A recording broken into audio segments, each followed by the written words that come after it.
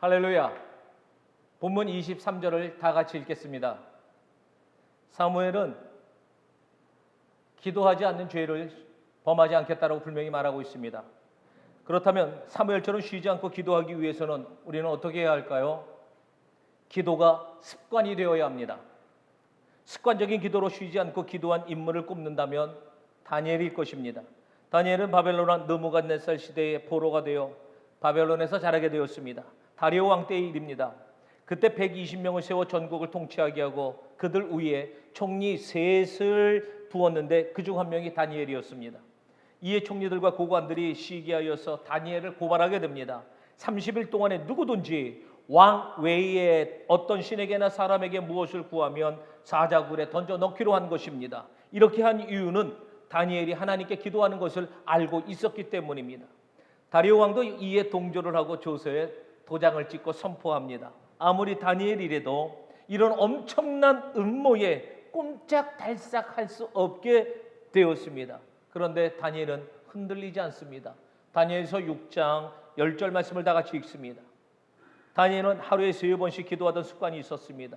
그는 죽음의 위협 속에서도 전에 하던 대로 동일하게 기도했습니다. 예수님도 습관에 따라 기도를 하셨습니다. 누가복음 22장 39절. 쉬지 않고 습관적인 기도를 했던 다니엘은 기도의 힘과 능력을 알았을 겁니다. 그랬기에 어떤 것도 두렵고 무섭지 않았던 겁니다. 만군의 여호와 하나님이 나의 하나님임을 확실히 믿었기 때문입니다.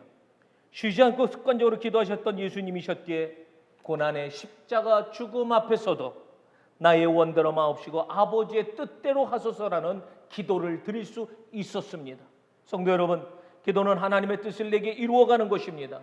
나의 뜻을 이루는 것이 아니라 나를 향하신 하나님의 뜻을 이 땅에서 이루어감으로 하나님께 영광을 돌리는 일이라는 것을 잊지 말아야 됩니다. 그리고 쉬지 말고 기도해야 하는 이유는 우리들의 삶 가운데서도 시험에 들지 않기 위해서라도 기도해야 합니다.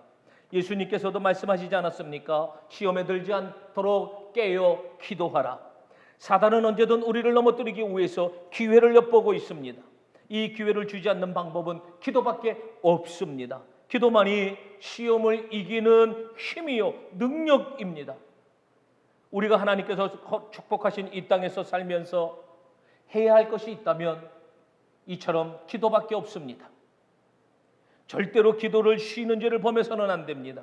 교회를 위해, 성도를 위해, 전도 대상자를 위해, 그리고 이웃을 위해, 내 믿음을 위해서라도 살아가는 데 있어 나와 관계된 모든 것을 위해 쉬지 말고 기도해야 합니다.